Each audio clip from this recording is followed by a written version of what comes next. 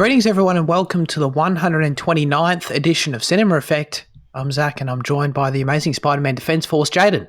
Hello. Hello, good morning. And PTA's number one fanboy, a.k.a. Fitzy, a.k.a. Liam. Hey, what's up? Not much. I'm really excited to talk about this picture with you guys. I really, really am. I didn't have that many notes, to be honest. Already in picture territory. Wow, you must have high. Well, this is the most famous picture ever released. I don't know if you knew that. So I think if anything deserves it, it's this one, because, ladies and gentlemen, this is Cinema Effect, the podcast. We'll be reviewing and talk about a different movie every single Monday. And this week, that movie is Jaws. Ever heard of it? It opened in the US on the 20th of June, 1975. It was directed by Steven Spielberg. It's a thriller / it's a shark movie. You know what Jaws is, all right? And the synopsis says, when a killer shark unleashes chaos on a beach community off Cape Cod, it's up to a local sheriff, a marine biologist, and an old seafarer to hunt down the beast. If you guys will indulge me, I just want to start because I've never seen this film. And I'm the whole reason I dragged you guys into doing it. So I feel some sense of ownership here, responsibility here. It was all right. It was a shrug, there's impressive stuff about it, there's cool stuff about it, but I don't know. It was fine. Didn't really do much for me overall. It does mostly flow like a modern film. I'll give it that. Like, there was nothing about it that made it feel archaic structurally or in the edit or anything, which was that was a nice bonus because I didn't really know what to expect in that. I thought it could just feel really ancient. It didn't. It was actually, I watched it with Jake, and it was actually he thinks it's the oldest film he's ever seen. So that's how, just to give everyone a bit of context for our household. So I don't know, like for the most part, like for us, I don't know, it was like the perfect just sort of watch, and we were just sort of talking while we were watching it. Like, I don't know, it wasn't that gripping or anything. But I think part of that is sort of just the fact that inherently, I feel like the premise of a shark being a threat that humans have to unite to defeat just feels like, not the film's fault at all, but just as a viewer in 2022, this feels like such an outdated premise. You know what I mean? I've got no real interest in seeing these dudes try and kill the shark. I was rooting for the goddamn shark, 100%. You know what I mean? This whole thing is anti-shark propaganda. There's no doubt about it. We've seen the documentaries. We know the sharks are in danger in 2022, and we need to protect them. So I wasn't going to have any of this, So yeah, there's a few things there, but it was all right. I can go to Fitzy next. It's a good movie. It's undeniably a good movie. I never had much of a connection to Jaws, and I even think there's parts of this movie that I might have seen before. I just don't remember. Oh yeah. But I think it's very, very solid. It's pretty consistently paced and pretty consistently kind of, I don't know, entertaining, I guess. There are parts that are a bit lower in tension because of the premise of just something that doesn't seem like much of a threat today. But I do still think it's a good movie. Yeah. Yeah. I mean, that is, I feel like some people, I don't know, maybe because of where we live, I feel like some people still do have an underlying fear of sharks, of people still would avoid the beach and have fears of shark attacks. Some weirdos out there, I don't know. Maybe the scare factor sort of does appeal to something there for some people still, but yeah, no, certainly not for me. Jaden, what about you? Yeah, pretty on par with you guys. I think. I'm always surprised by the quality of the film when I rewatch it, especially the first half. But once it gets into the proper meat of the shark, tracking and stuff like that, it's just an interesting subject matter. It's good that you brought up the documentaries. I was going to bring it up too. I'll let you know. We'll see. Yeah. This movie's done a lot more harm for sharks than sharks have done to humans.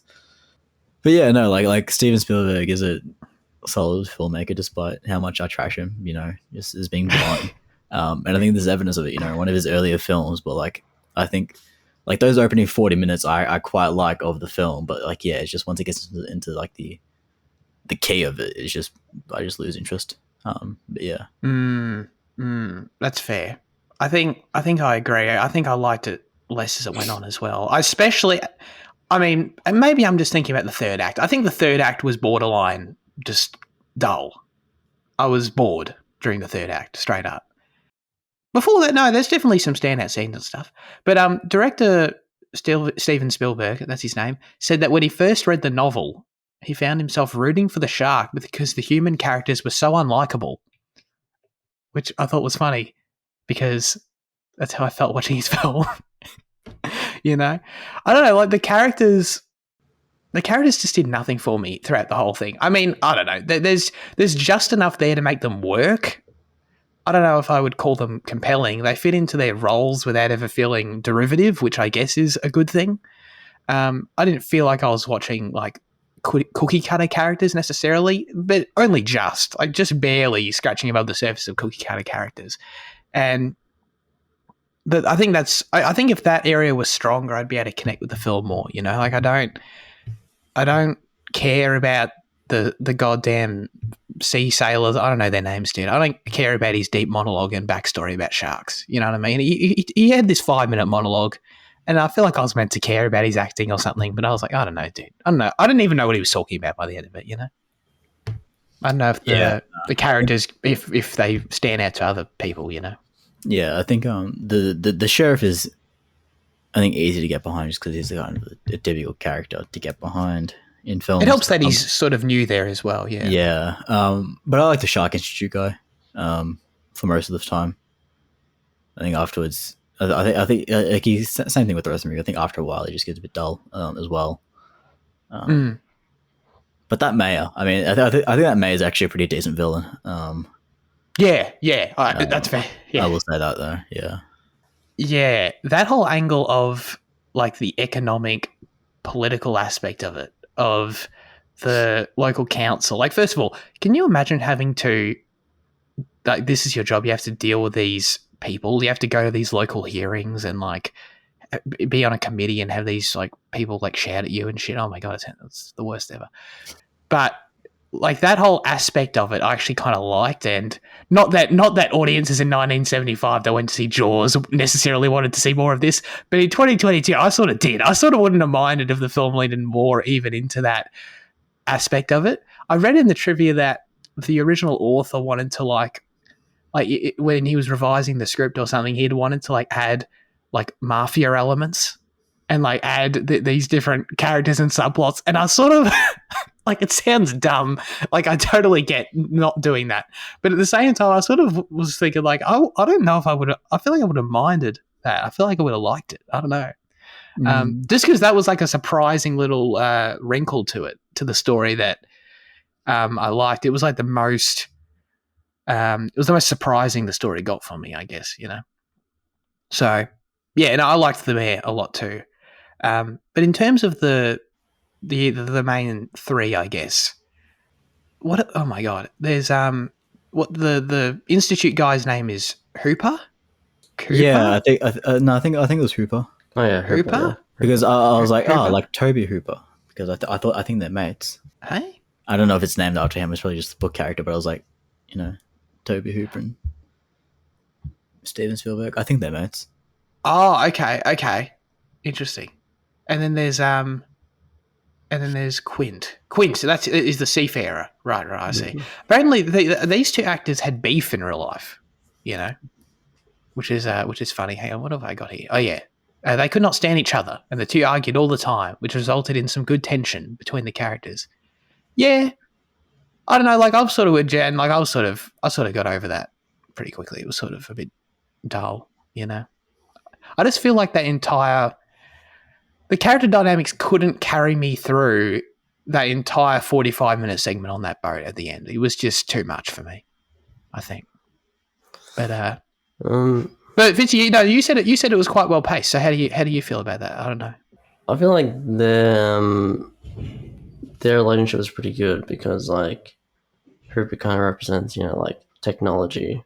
He has like a rich family and stuff, and Quinn is like, you know, the working class hero kind of thing. And they learn that Quinn learns, I guess, that he can't, you know, defeat the shark by himself, and that's when they kind of unite together. And I think like like them like singing together and arguing and stuff, and then finally coming together. It was like it was good. It was satisfying. Yeah. Sure. No, that's fair enough. That's fair enough. But what was his deal with? Again, I was tuning out. I'm not gonna lie. What was Quint's deal with Hiroshima? I heard him say Hiroshima, and I was like, did he just say Hiroshima? Oh yeah. So he was part of the USS Indianapolis, which delivered parts of like the Hiroshima bomb. And that ship is like a real ship that got bombed by the Japanese. And everyone in it like got attacked by sharks basically. So like there was like 1,100 of them. And like 850 Holy of them shit. died by sharks. Or like drowned and shit. And that really happened.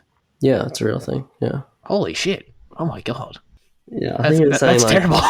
that there were the soldiers were like, or the Navy, I guess, they were like bunching up into groups and like they were trying to fend off all the sharks. There was like thousands of sharks, like tiger sharks or something. Oh my god. But I felt like that was effective in itself. Like when they like kept trying to one up each other with their scars, and he just like drops out. Oh, that was then, cute. Yeah. In the background, the guys like just the group is kind of like silenced by it. Yeah, no, that's a good point. That was good.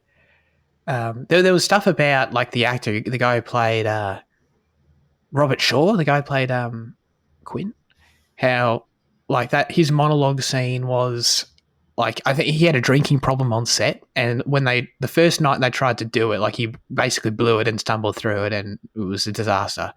And then he like apologized to Spielberg and asked to do it again. And they came back, and then he nailed it like the second time, which was kind of cool.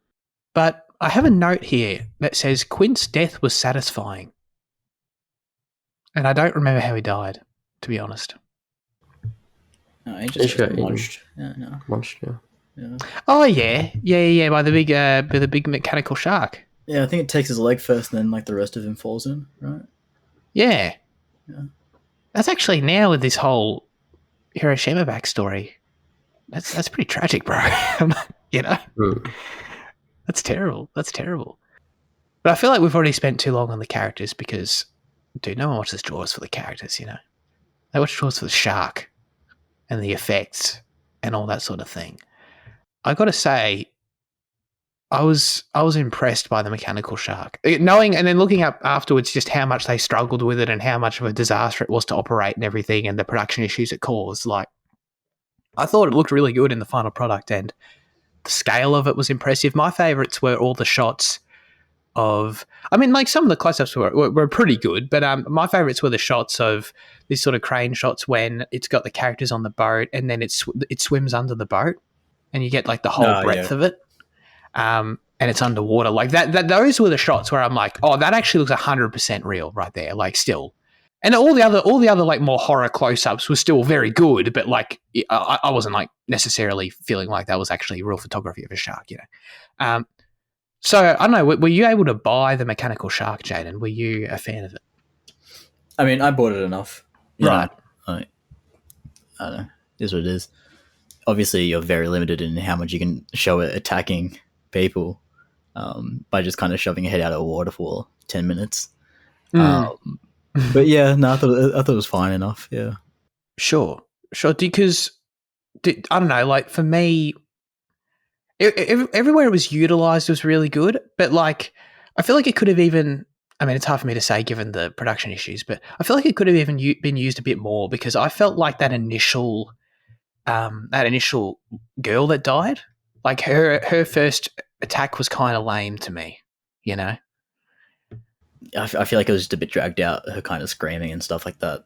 Yeah, and just the way she was being like flung in the water was weird. I don't know. It didn't really. That gave me a bad first taste, like which quickly picked up fine once we got into the sheriff's perspective. But I was sort of like, really, like I don't know. But yeah, no. But by the end, I thought it was really cool. How did you feel about the look of the film, the effects and stuff, Fitzy?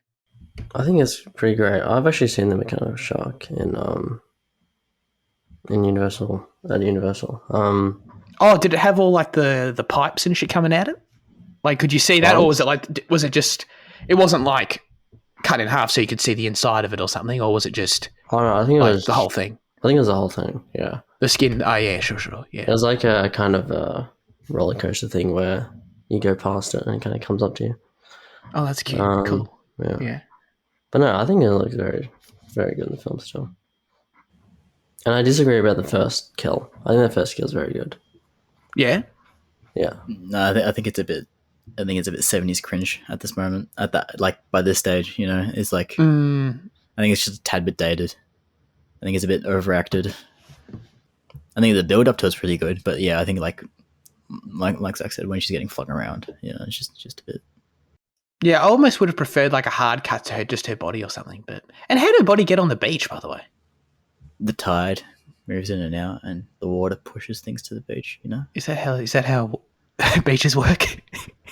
I was surprised she was so submerged in sand. You know, that was more of my thing. But yeah, okay, no, cool for sure. Yeah, but the other big effect that I thought was really cool, outside of just seeing the shark and stuff, was when the shark died, when it exploded. That was pretty cool. I like that a lot. The shark, it went boom. It went sky high. You know. Oh yeah, I don't even remember that happening. I don't remember how the. It's pretty epic. Mm. You couldn't really ask for a better death than that. Sorry, what was that? All the blood everywhere as well. Like I love how just like you could call it fake, but I just love how like red the blood is in this film. It's like heightened. Everything's like heightened, like purposely, I guess. Yeah. Yeah. No, that's a really good point actually about those sort of special effects, because I can't remember which one it was. There was one kill in particular where the blood was like there was a splurt of blood that sort of came out of the water or something. I can't remember which one that was. I don't think it was the first one because I think it was in daytime. I liked it when he got the kids in the pond. Maybe that was it, and he ate the man. Yeah. And it was like there was a lot of shitload of blood sort of came out then, right? Yeah, that one. Yeah. I thought the effect was of that one was really cool. Yeah, I must say I was a bit confused about the pond because like wasn't the whole point of going to the pond? I assumed the fact that it was safe from the shark. But then the shark just was in the pond, you know. Yeah. That was like a massive subversion of expectations right there. That threw me for a loop. It was crazy. Well, one thought I had, because one thing that the film does stick to for the most part that I liked is that it sticks to its own rule of the shark POV shots always only being used from the shark's perspective.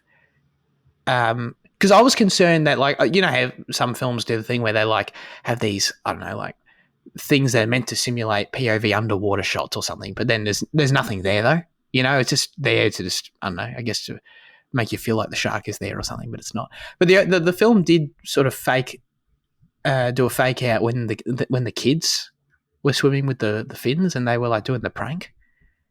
But I just thought I didn't honestly, like, it's so funny. This was like a product of it being such an old film and me trying to wrap my head around how story conventions have evolved over time, because I was not expecting the fake out at all, despite it being the most obvious thing of all time to anyone, just because I had in my head that it's like, oh, the trope of the shark fake out, which I've seen hundreds of times, would be something that would parody Jaws. So Jaws wouldn't do it. You know what I mean? That's sort of where my head was at. And then it just did it. I was like, oh, okay. So no, it wasn't even like someone was clever enough one time to parody Jaws. It was just, no, we're actually just literally copying Jaws. Like Jaws did it. Jaws parodied itself and then we're copying it. So it's like, oh, okay.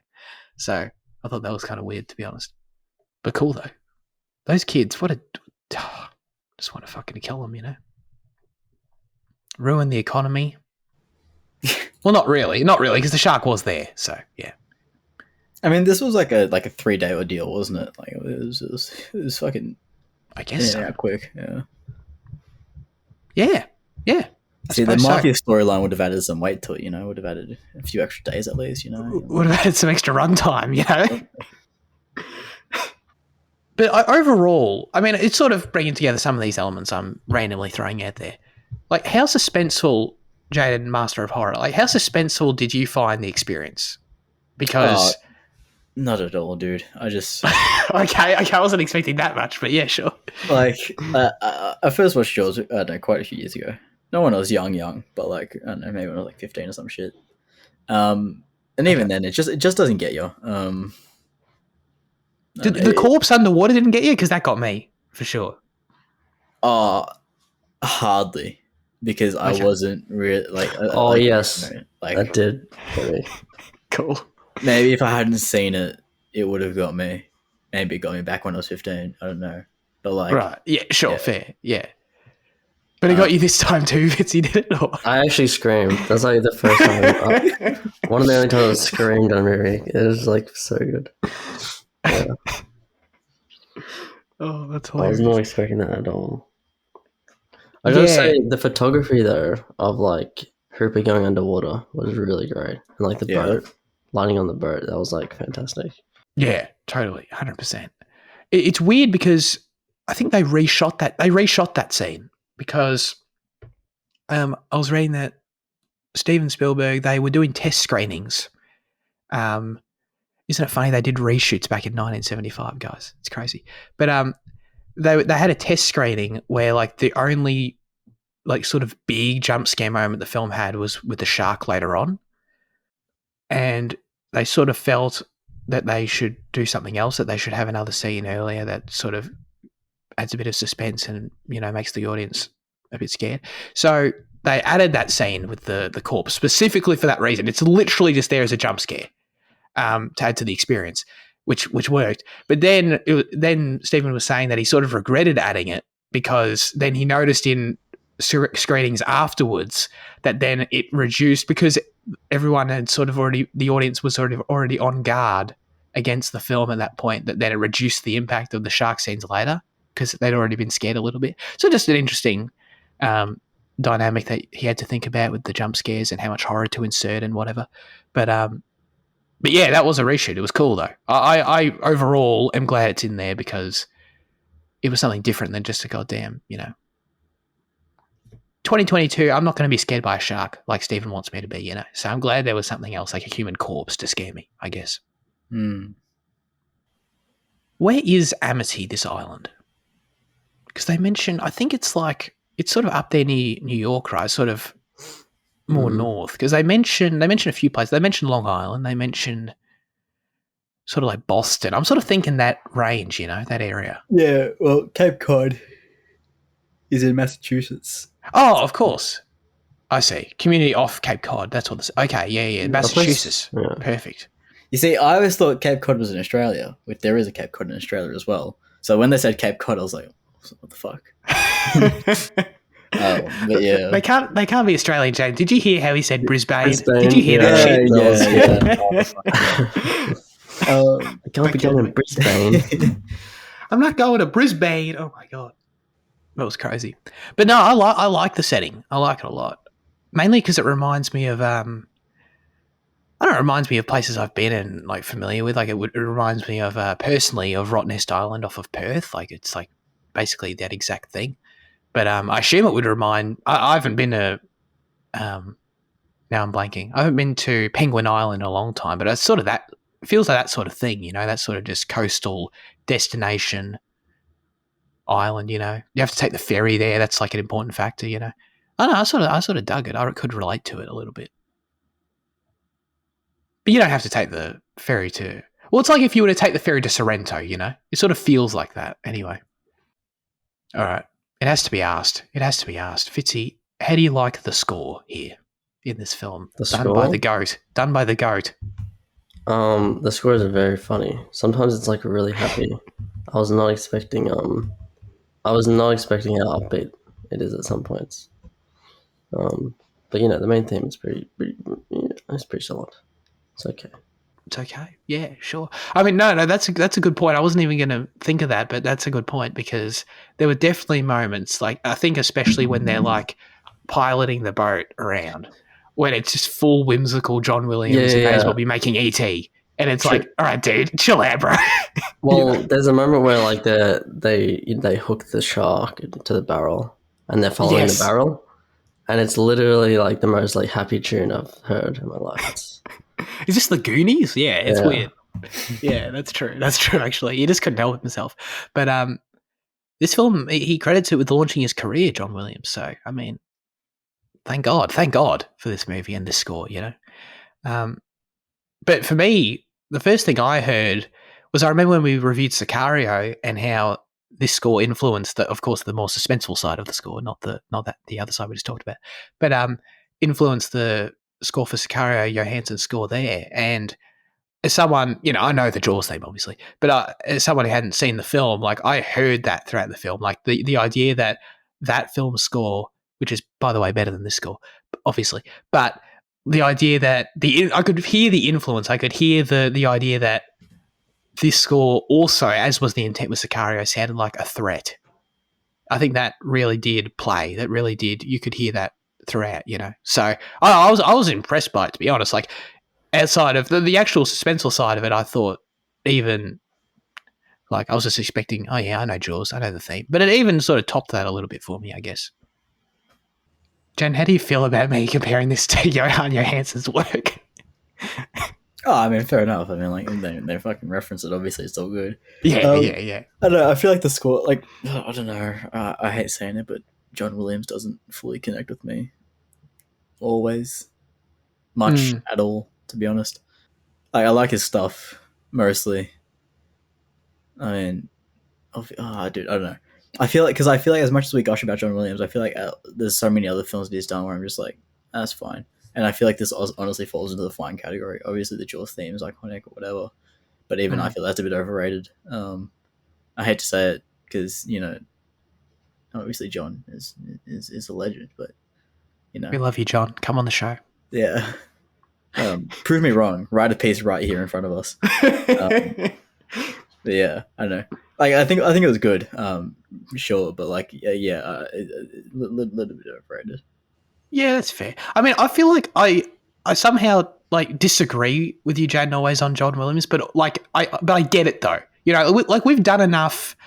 We've done enough Minority Reports and we've done enough Munichs on this show. All John Williams scores to for me to have enough sample size to know that I can't disagree with you when you say that there's some that are just, anyone could have done them, and it just, it is what it is. So I get that. There was a hell of a dolly zoom in this movie. Remember that one? Yeah. Oh, yeah. Only the most iconic dolly zoom of all time. Is it actually? One of. I think so. Oh, okay. I've never seen it. I had no idea. So that's cool. What invented the dolly zoom? Was it Citizen Kane? Nah, Vertigo. Oh, Vertigo. That's right. Okay, cool. Because to simulate vertigo, That's fantastic. That's genius. Was this version, because as someone who's not familiar with dolly zooms, was this one like, I don't even know the right way to put this. Was it like even more, like was it more or less exaggerated even than like Vertigo, for example, or other ones you've seen? Because just to me, like I thought, wow, that was like a lot of dolly zoom. You know what I mean? I feel like whatever they did, they came in from further away and they zoomed out more or something, if that makes sense. They went harder. Well, I think it's definitely more exaggerated than the one in Lord of the Rings. What's the one in Lord of the Rings? When the Nazgul are coming for the first time, right? On Frodo? Yeah. Yeah. It's for sure. Yeah, sure. Yeah. I think it is super effective though in this film, just like how, like, because like it is a lot more exaggerated, and I think it does its job wonderfully. Like I think the dolly zoom in other places like Vertigo, like Lord of the Rings, like Raging Bull, even they use it to a subtler effect. It's still obvious, but like it I guess it's subtler than what Jaws does it. But I think this is a fantastic use of it. Okay, excellent. This is definitely probably the most exaggerated use of it. It's like famous, I think. I see. Okay. Over 67 million people in the US went to see this film when it was initially released in 1975. Now, I don't know what the population of the US was at the time. I'd imagine that's a decent percentage of it. But making it the first summer blockbuster. It was supposed to be released in theaters for Christmas 1974, but because filming ran way over schedule, its release was pushed back to summer the following year.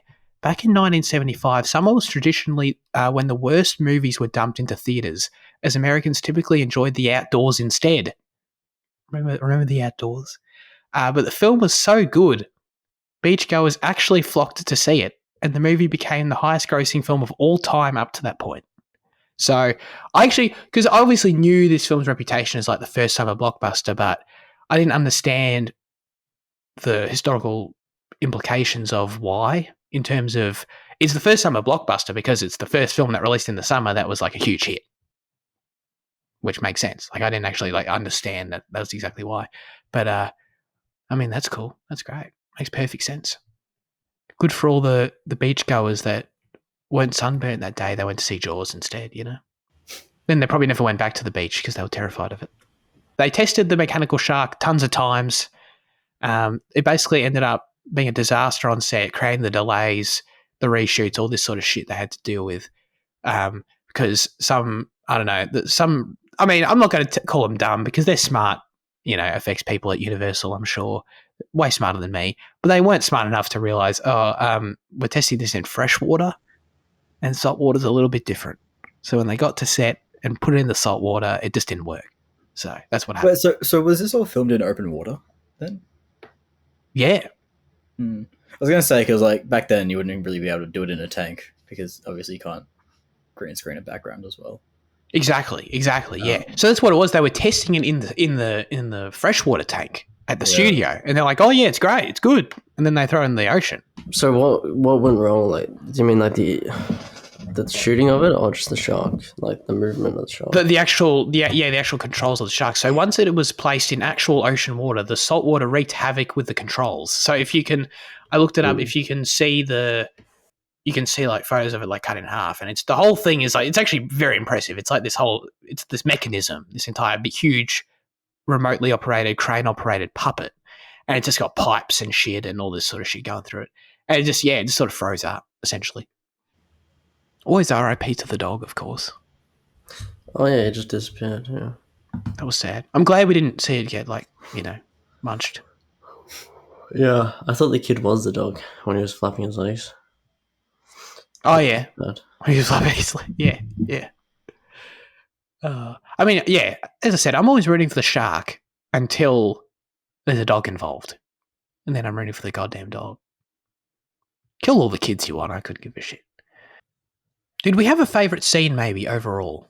Because I liked. I think mine was probably the beach scene after the mayor's encouraged everyone to come, like in the second act when like the fake out and then the pond and everything there with the beachgoers, lots of extras. The dickhead mayor walking around telling everyone to go and get in the water, you know. That was probably my favourite scene, mainly probably because actually I don't know how smart this mayor guy is. Not very smart because he like encouraged everyone to come for the economy. Fair, you know, wrong thing to do, but understandable. And everyone comes, he gets what he wants, right? Everyone's there sitting on the beach. No one wants to get in the water though. And it's like, that's perfect. That's perfect. Everyone's here. Everyone's spending money, but no one's getting in the water, meaning that the chances of anyone getting eaten by a shark are now 0%. Instead, he starts walking around going, get in the water. It's like, dude, how about you just don't do that? And then, I don't know. I sound like a madman here, but I feel like that was really dumb. I feel like there's plenty of people in the water, you know. It's just when you go to the beach, sometimes, you know, there's bearless on the side. No, but I feel like the film was trying to suggest that everyone was scared of getting in the water. You know? Yeah. Well, there was no one in the water in the film. Yeah, I thought so. Yeah, until I swear there was, wasn't there? No, don't think so. In that scene, I don't think so. Yeah. But anyway, that was my favourite scene. Don't know if you guys have one or if we've talked about it already. Probably the shark headbutting the cage was really good. Oh, absolutely. Yeah. Or just the jump scare from earlier with the guy. Yeah. Good pick. Jaden hates it, so he's got nothing. Yeah, I don't know. Probably some of the early stuff. I don't know. I just kind of like the interpersonal, kind of dealings of the sheriff and the mayor and the town, at the start. Oh yeah, like the time, and then when Hooper arrives and when they're going back and forth about to do the autopsy or not, that sort of area. Yeah, sure, type of stuff. Yeah, I get that. That's fair. Nice. There was definitely, and in the scene Fitzy was talking about as well with the shark with the cage underwater, there was definitely some real shark photography there too, because there were some shots, like brief shots, that you could tell that was 100% a real shark, and then at the end of the credits, I could see that there was people credited for real live shark photography as well. So I guess it would have just been like sort of inserted. I guess I don't know if they went and shot specifically for the film, but it fit totally smoothly. Yeah, it was good. Did they film either the part of this one, or like did they get that shark footage perhaps for this one, or like one of the later ones in or around Adelaide? I've got no idea. In one of the sequels, you mean? Yeah, I swear I've heard before that either Jaws, like either part of Jaws or one of the later Jaws was filmed near Adelaide. It's something I've always heard. I'm like, why would they do that? That rings a bell to me too, actually. Yeah, I don't know. It's interesting. Thank God we're not doing a Jaws review franchise, because in that case we'd find out. Yeah. Why wasn't this a franchise? Hang on. Why wasn't Sharknado a franchise when we did that? I don't know, man. Every shark movie ranked. I'm just saying, I'm never going to watch Jaws 2 or 3 or 4. So does it go any more than that? I don't know. I couldn't have told you how many there were. Jaws 4, The Revenge. Jaws 5, The Return. Oh, there's 5. Holy shit. Jaws 6, The Comeback. We should make a spin-off podcast, if someone hasn't already, where it's just literally shark movie reviews and that's it. You wouldn't run out, I'm sure. No, you wouldn't. Let's get to our final verdicts for Jaws. Fitzy. 7. Jaws is 7. It's a good movie. That's my rating. Very sound. I'll give it a 6. Nothing wrong with the film, by any means. Decent film. Just, watching it in 2022 and everything that comes along with that, it wasn't amazing to me, but yeah. Jaden. Yeah, I'll stick with the 7, which is what I think I had on it originally. Nice. Nothing changes. Nice. Very good. Very good. How many times have you seen it, by the way? Oh, no, maybe 3 times now. Oh, okay. Don't know if I'll ever watch this again. I shouldn't say that. Don't know if I will, but yeah.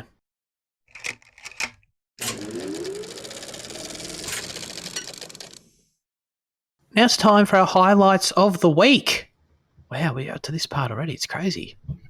What you're skipping news? Yeah, nah. Fair enough. Nah, it's nothing. Harrison Ford is alive somehow. All right, Jaden, what have you been watching? I would like to take this opportunity to discuss a film called Darklands, which is a new Aussie film, which severely pissed me off. Is this the one I saw and it like 20 people had seen it? Yeah, probably. I don't think it's got many ratings on Letterboxd. Yeah, it was 22. Like basically no. Oh, that's weird. It was on Stan. Stan. Okay. Stan had, so I always check what Stan's added recently, and whenever they did that, I was like, oh yeah, Aussie dark drama, I'll fucking watch it. It pissed me off in the first 5 minutes because I'm going to talk full spoilers here because I don't really give a fuck about the film.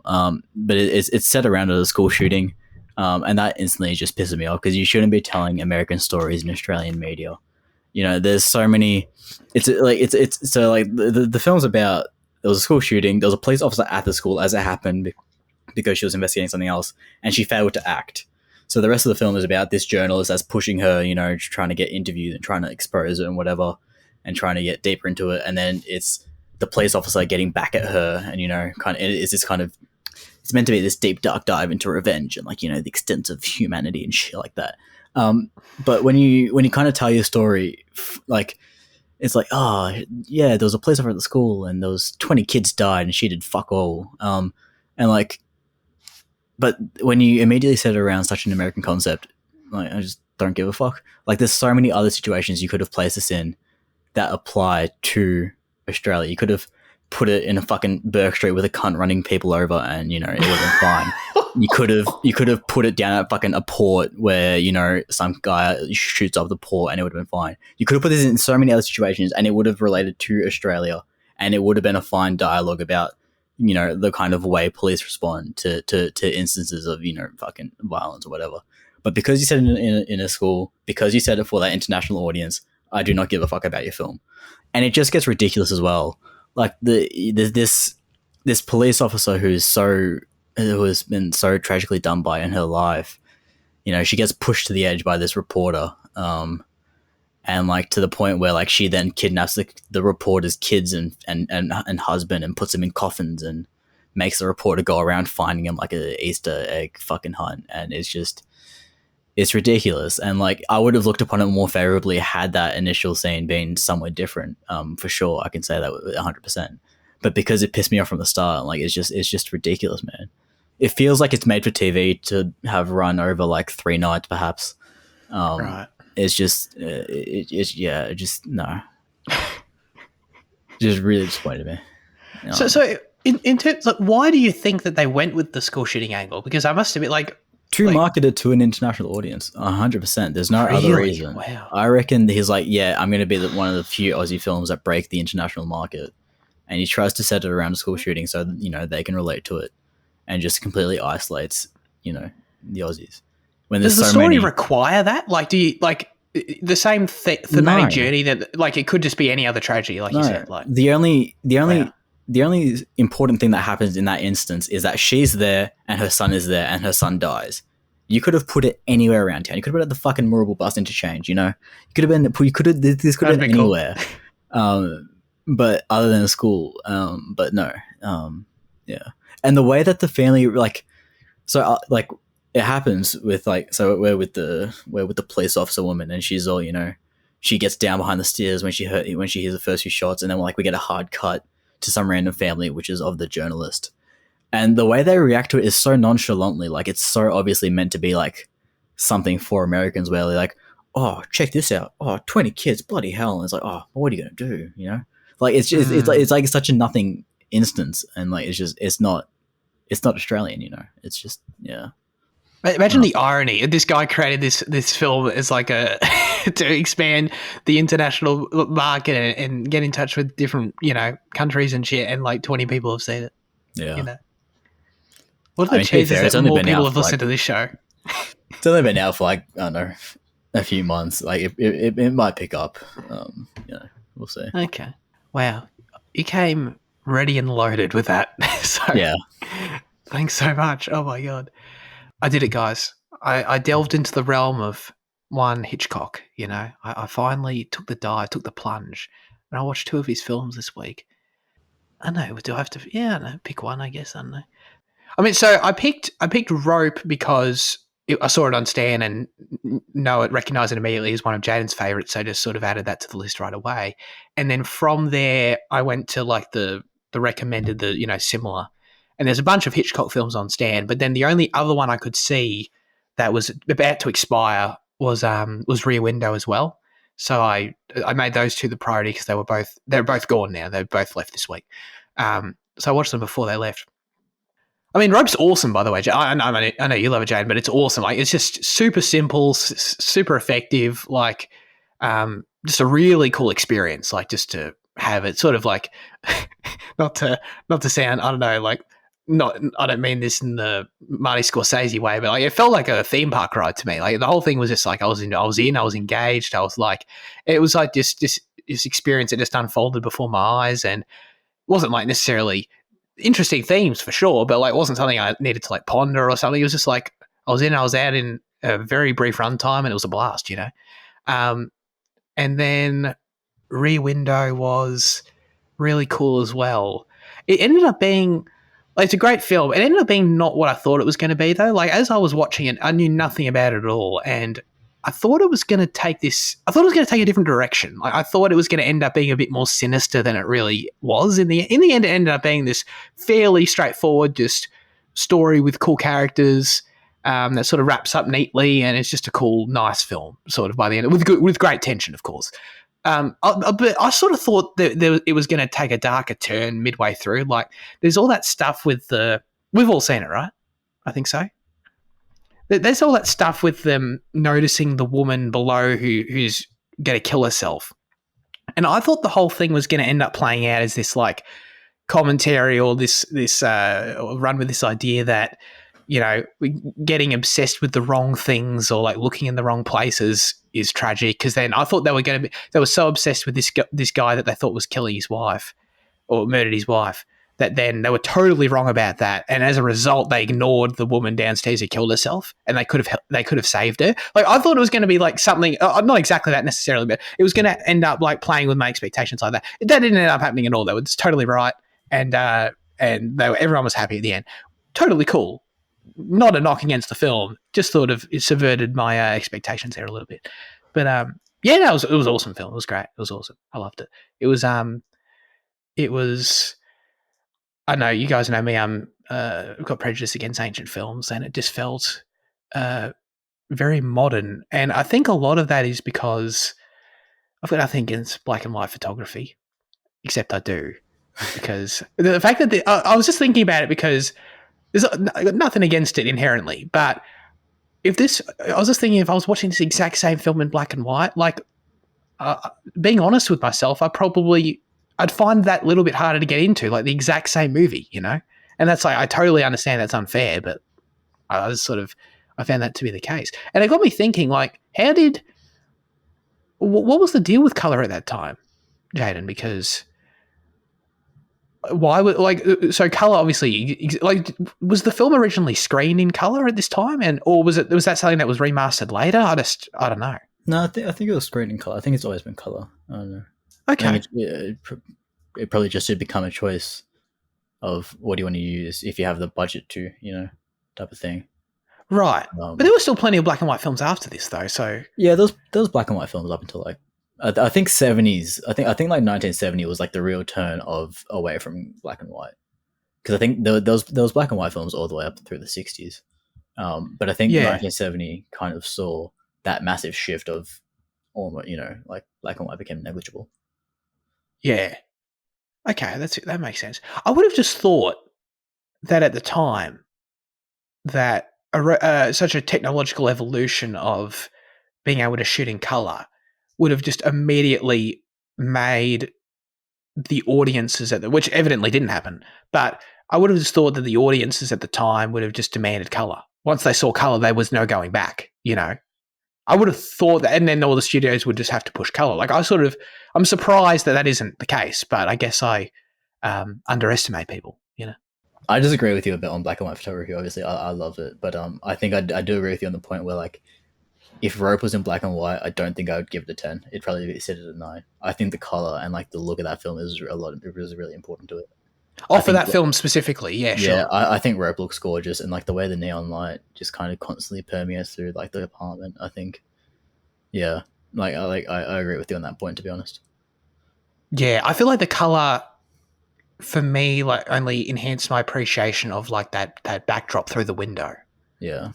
Like, because without the color, I would have just been like, oh yeah, this building's there, and it like could be a matte painting. But like the color to me, just like, that was a really well done. I don't even know how they did that, because I don't think it wasn't on location. It wasn't real, but it was. No, it was some moving background. Yeah, it was just a blue screen. Blue screen. I don't know. What did you say? Sorry, I missed what you said. I thought it was a constructed set. Yeah, for sure. So I just don't know how they did the window. It was really good. I wonder. It's funny that you watch these two single room thrillers, you know?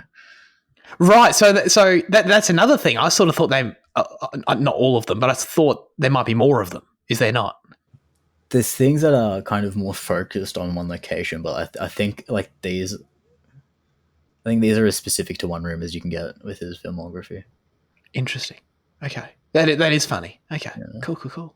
I think next, what should I do now? I sort of just, for no other reason than I feel like I like the sound of it, I was thinking Vertigo next. Does that feel like a good move, or Psycho next? Psycho next. Okay. Yeah. I think Vertigo, like, obviously, like, kind of, upper podium. I think Vertigo's probably like the hardest one to get into. Maybe. Oh, okay, okay. Just don't watch the birds. Never watch the birds. You don't like the birds? Birds is ass, man. I feel like it would terrify me. Oh, we've talked about this before. I hate birds. I hate them.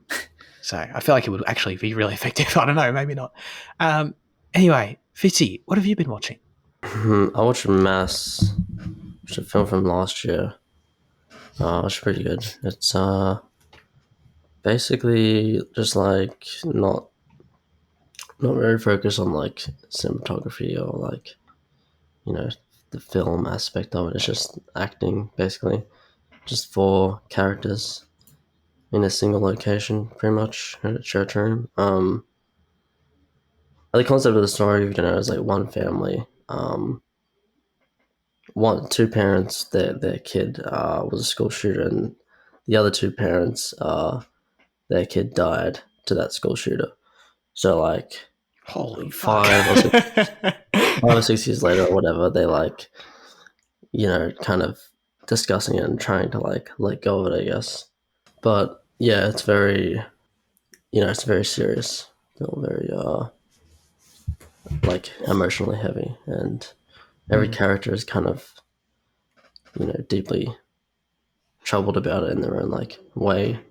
And the film's like really interesting just in terms of like the subject of communicating about something that is like almost like impossible to communicate about. And yeah, it's just like amazing acting from all the people. Lucius Malfoy in there. Oh, yeah, dude. Yeah. But yeah, it's very, very good. No, I want to watch that.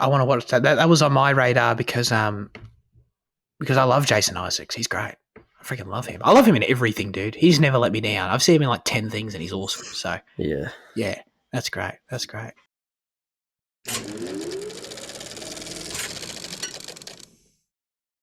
Now comes the segment where we hand the show over to you with our question of the show. Last week we asked you, what is a film you are embarrassed you haven't seen? Here we go. And as Andy pointed out, as Luke pointed out, we're going to make fun of everyone now. Are we all going to laugh at the end of each one? Everyone ready? Okay. All right, ready. Here we go. Luke says, Interstellar. I've been told it's a movie for me, but I haven't gotten around to it. Apparently the science is pretty spot on.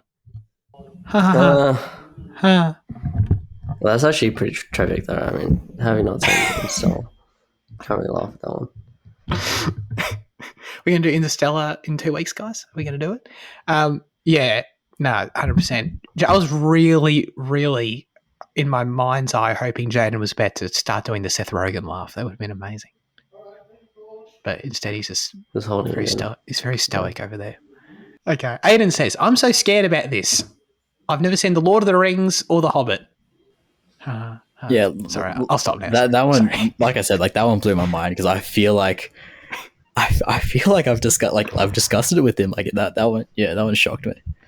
It blew, yeah, 100%. I totally agree. I feel like it's just so up Aiden's alley. I don't know. Like into the sci-fi fantasy, 100%, dude. Oh my god, yeah, that blew my mind as well. I totally agree.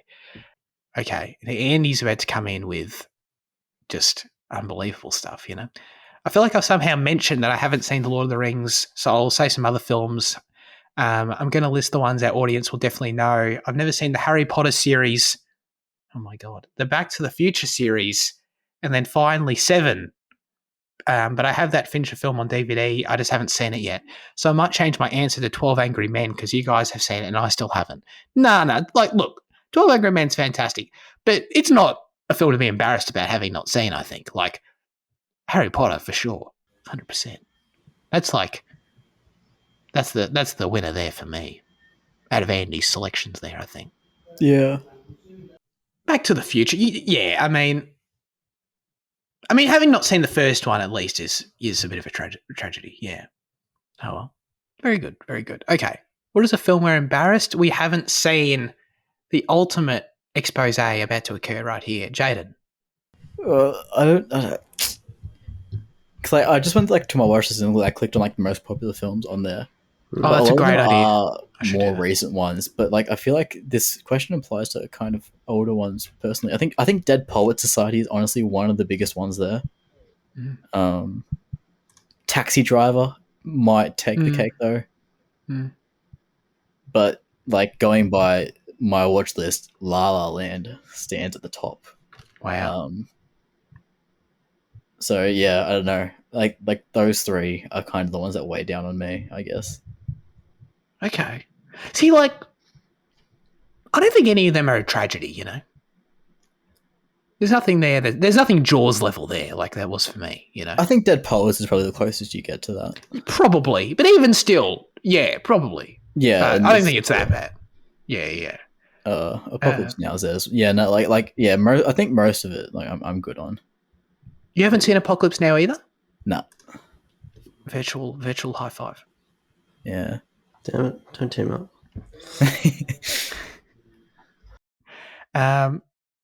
All right, Fitzy, what about you? Well, I haven't seen Django Unchained. Wait, really? Oh, yeah. Oh, sorry. We did talk about this. I think we did not long ago. I'm sorry. I haven't seen that, That's wild. but I don't know if I'm embarrassed by that. I think I'm embarrassed that I haven't seen Terminator. Because I feel like I like those movies, and yeah, I haven't seen those ones at all. I haven't seen the second of those, so yeah. I mean, apart from famous clips and shit. But. That's a quality answer. The Shining is one I feel like I should be more embarrassed about because that didn't come to mind. But it's there. And One Flew Over the Cuckoo's Nest is there.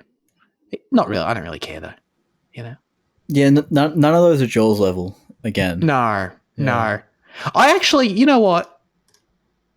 This question may have revealed that I have conquered every single, like, really, like, outstanding one. I think I might have. Maybe, like, actually, yeah. So my answers are, I've talked about it before. The ones that are next on my radar are Apocalypse Now, I'm blanking, 2001, and Psycho. Like, any of those Jaws level-ish, or even close. No, I don't think so. Psycho may be getting closer. Of everything you've listed, I think Psycho is probably closest. Okay. And Apocalypse Now, actually, as well. Psycho's still like, if you think in terms of like the normal person, everyone knows Jaws. Like my sister knows Jaws, so it's like Sure. I feel like everyone knows Psycho. Like, everyone should know Psycho. I don't think so though. Unless you're like fucking 4 years old and you're a TikTok Zoomer, like you should know Psycho. No, Maybe that's the degree of separation, though. Like, Yeah. I agree. Like, everyone above a certain age knows Psycho, but whereas Jaws' age bracket is younger, so therefore Jaws is the winner. But I was just saying what's the closest, and so Psycho's getting closer. That makes sense. That's like Liam, if we're doing that. Which Apocalypse Now have you watched, and which one should we watch? That's a great. I've watched both theatrical and Redux. You should watch theatrical. Theatrical. And what about the final cut that came out like last year or 2 years ago, whatever? The final cut? Yeah, I saw like he did another cut like last year. I don't know, but the last time I watched Apocalypse Now, I watched both cuts. I watched 2 cuts on the same day. Huh. So I watched like Holy shit! yeah, that's pretty insane. I watched like the original, and then I think it was a Redux. I don't even know if I've seen Final Cut, but I might have. I've got to hear something. But yeah, I think theatrical is more solid.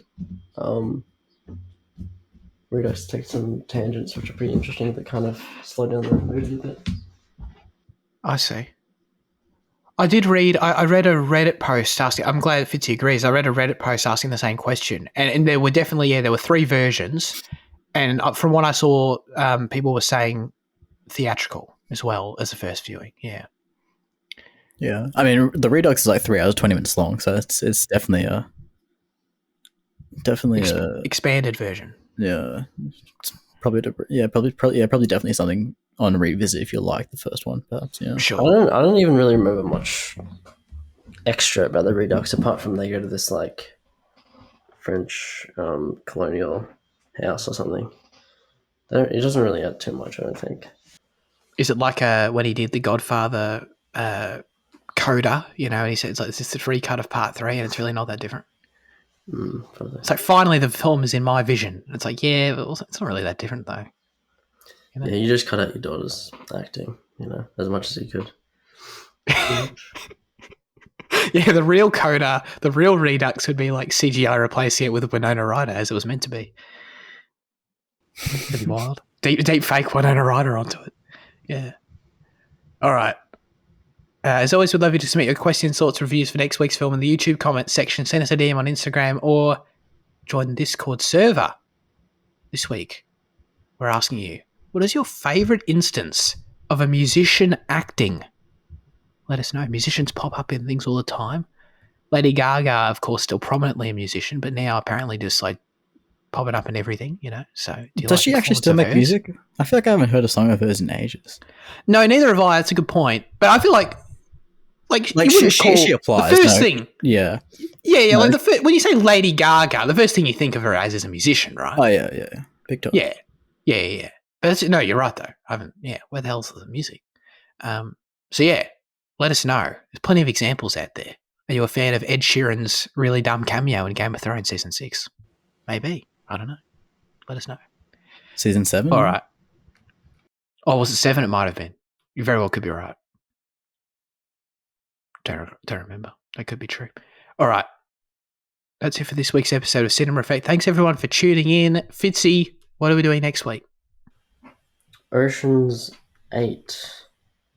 We're going backwards in the numbers. 5 numbers. It's crazy. That's what happens when you reboot. Yeah. True. It's probably on everything, I think. Stan. Netflix. Hotstar. Yeah. Find it yourself this week. You know, do some work. 100%. All right. That's all good. I'm open-minded, to be clear. Like, I've been memeing it a little bit. I've been exaggerating it a little bit with like my hate for this film. I'm going in open-minded, to be perfectly clear. I could be totally wrong about my initial impression because at that time I hadn't seen any other Ocean's films. I didn't have any expectations about what the franchise was, which has certainly evolved. So we'll see. All right. We appreciate you all tuning in. Thanks, Jane and Liam, for joining me as always once again. Have a great rest of your week and goodbye.